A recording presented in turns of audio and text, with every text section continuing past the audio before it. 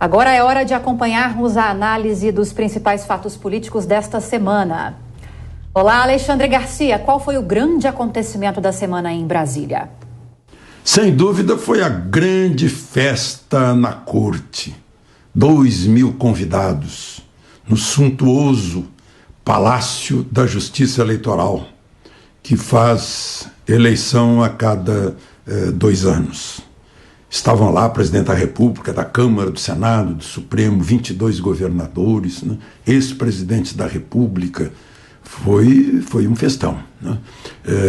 Interessante que ficou todo mundo prestando atenção no momento em que Alexandre de Moraes tapou a boca para fazer um cochicho a Bolsonaro. E Bolsonaro respondeu também tapando a boca, ficou todo mundo querendo saber o que aconteceu, né? A mesma coisa ali nos 4 ex-presidentes, né? A ex-presidente Dilma disse que não iria se tivesse que sentar ao lado de Temer, porque pelo cerimonial era a ordem cronológica, né? Sarney, Lula, Dilma e Temer. Mas ela disse que não ia sentar ao lado de Temer. É que poucos dias atrás Temer disse que ela é honestíssima, e ela de certo pensou que fosse ironia, e ela respondeu dizendo que Temer articulou uma traição, né? Então puseram Lula e Sarney entre os dois ficaram nas extremidades para evitar problemas maiores, né? Também chamou a atenção a hora da despedida de Lula, foi se despedido novo presidente da Justiça Eleitoral, dando-lhe tapinhas no rosto, né? Ficou uma coisa assim meio estranha, né?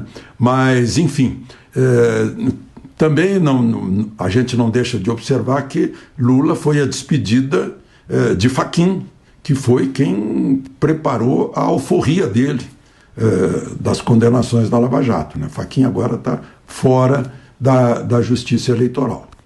Então,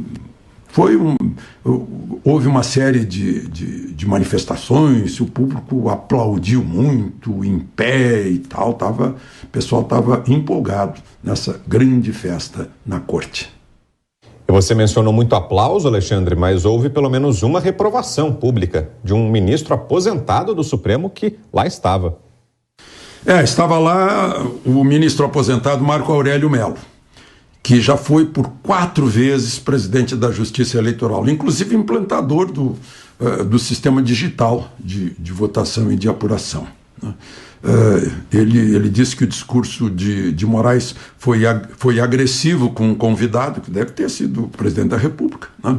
E também que ele chegou a mencionar o seguinte, que ficou triste por ter sido testemunha e com muita dor num nefasto acontecimento.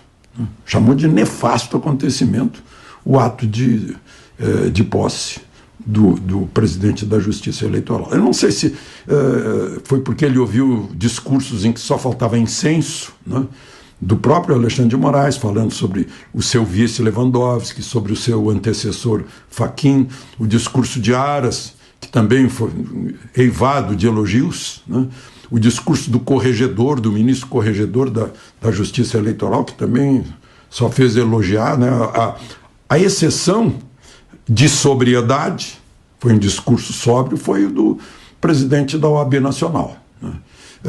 Mas, enfim, talvez seja porque Marco Aurélio Mello se referiu àquele inquérito em que o ofendido é que investiga, que denuncia, que julga, que prende, né, que executa. Se referiu àquele inquérito como inquérito do fim do mundo. Talvez tenha estranhado no discurso de Alexandre de Moraes, que é o relator do inquérito do fim do mundo, as louvações à democracia, à liberdade de expressão, à liberdade de opinião, né? Talvez ele tenha achado estranho isso. Mas, enfim, no fim do discurso, Alexandre de Moraes ainda deu viva ao Estado de Direito. Isso nos deixa a esperança de que vai acabar com o inquérito do fim do mundo, não é? Que não faz sentido. Mas tudo indica que vai haver uma relação melhor entre a Justiça Eleitoral e o Poder Executivo com a saída de Fachin. Fachin, no Poder Executivo, era considerado assim como... não era um bom diálogo. Aliás, não havia diálogo. E com Alexandre de Moraes tem havido diálogo já, né? Isso sem falar na camisa do Corinthians que o presidente deu para ele, as conversas anteriores, né? Por exemplo, o número 2 de Alexandre de Moraes, agora o secretário-geral do Tribunal Superior Eleitoral, é o mesmo advogado-geral da União de Bolsonaro, é o mesmo procurador-geral da Fazenda de Paulo Guedes, é o mesmo número 2 de Alexandre de Moraes quando foi ministro da Justiça, chegou a ser ministro interino, inclusive José Levi. Então, isso é uma ponte. E Moraes e o ministro da Defesa, general Paulo Sérgio, já marcaram encontro para terça-feira, né? E não vai ser o primeiro encontro entre os dois. Então, há esperança de que flua um diálogo que possibilite que sejam reais as afirmações de Alexandre de Moraes sobre transparência, que ele exagerou na transparência, que o povo todo vai acompanhar a transparência, e falou em segurança absoluta, que a gente sabe, né, os entendidos em informática sabem que não há segurança absoluta, mas a segurança possível e a transparência possível que todos desejamos para ver o voto dado ser o voto apurado, voto contado e voto anunciado. E começou, enfim, a campanha eleitoral, Alexandre.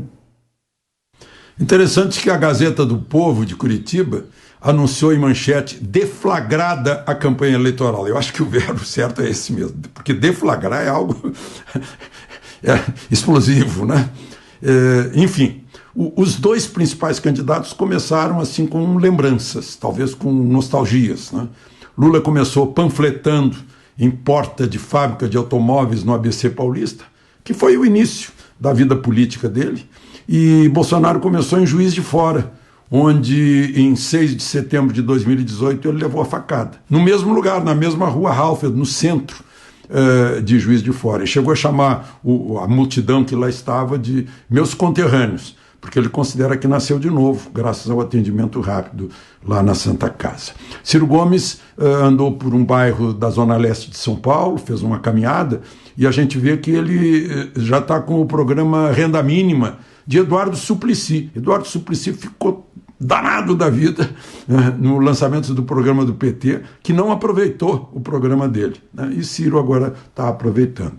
Simone Tebet também começou em São Paulo, né, teve um encontro com a classe cultural, no dia seguinte uma sabatina na OAB, né, e a gente fica notando assim que o MDB, que tem uma tremenda máquina de campanha eleitoral, parece que ainda não azeitou a máquina em relação a Simone Tebet, né?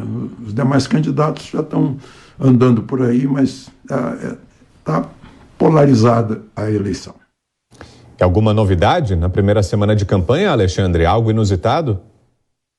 Eu acho que o fato novo foi o anúncio de Gilberto Kassab de que seu PSD em São Paulo vai apoiar candidatos que são apoiados pelo presidente Bolsonaro, né? Tarcísio e o astronauta Marcos Pontes, né? Gilberto Kassab foi quem lançou lá atrás o presidente do Senado, Rodrigo Pacheco, como candidato à presidência da República, como um novo JK, só que não decolou, né?